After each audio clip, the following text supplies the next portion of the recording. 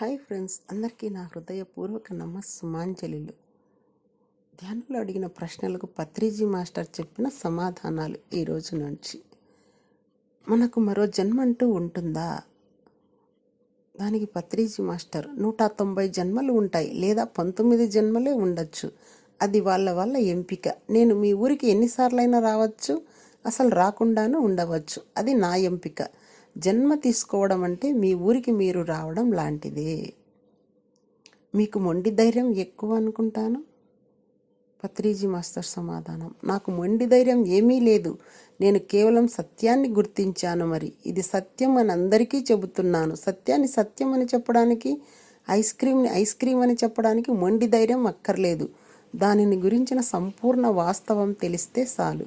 నాకు సత్యం ఏదో అసత్యం ఏదో ఖచ్చితంగా తెలుసు కాబట్టే నేను అంత ఖచ్చితంగా సత్యం గురించి చెప్పగలుగుతున్నాను.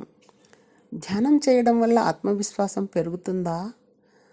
ధ్యానం చేయడం వల్ల పెరిగేదే ఆత్మవిశ్వాసం. ఆవగింజంత ఆత్మవిశ్వాసం ఉంటే చాలు, పర్వతాలను సైతం కదిలించవచ్చు అన్నారు జీసస్ క్రైస్ట్. కనుక ధ్యానం చేసే వాళ్లకు ఆవగింజంత కాదు, కొండంత ఆత్మవిశ్వాసం ఉంటుంది. మరి వాళ్ళు ఏది అనుకుంటే దానిని అవలీలగా సాధించుకోగలుగుతారు. నా ముందు కూర్చున్న ఈ వేలాది మంది నా ఆత్మవిశ్వాసం వల్లే ఇక్కడికి వచ్చారు.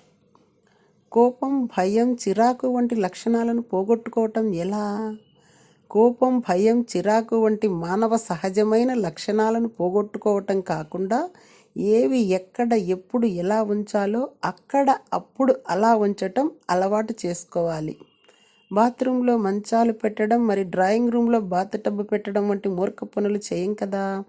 ప్రతి ఒక్క వస్తువుకి ఒక నిర్దిష్టమైన స్థానం ఉన్నట్లే కోపం, భయం, చిరాకు, నవ్వు, ఆనందం వంటి ప్రతి ఒక్క లక్షణానికి కూడా ఒకానొక నిర్దిష్టమైన స్థానం తప్పక ఉంటుంది. నిరంతర ధ్యాన సాధన వల్ల మన అంతరంగం మనకు తేటతెల్లం అవుతూ మన సహజ లక్షణాలన్నీ మనకు అవగాహనకు వస్తుంటాయి. జీవితంలో ఏది ఎక్కడ ఎలా ఉండాలో అక్కడ అలా సవ్యమైన రీతిలో ఉంటూ ప్రతి ఒక్క క్షణంలోని ఆనందాన్ని మనకు అనుభవంలోకి తెస్తాయి. ధ్యానం చేయకపోతే ఈ లక్షణాలన్నీ ఏవి ఎక్కడ ఎప్పుడు ఎలా ఉండకూడదో అలా అపసవ్యంగా ఉంటూ జీవితాన్ని అమత గందరగోళంలో పడవేస్తుంటాయి. Thank you.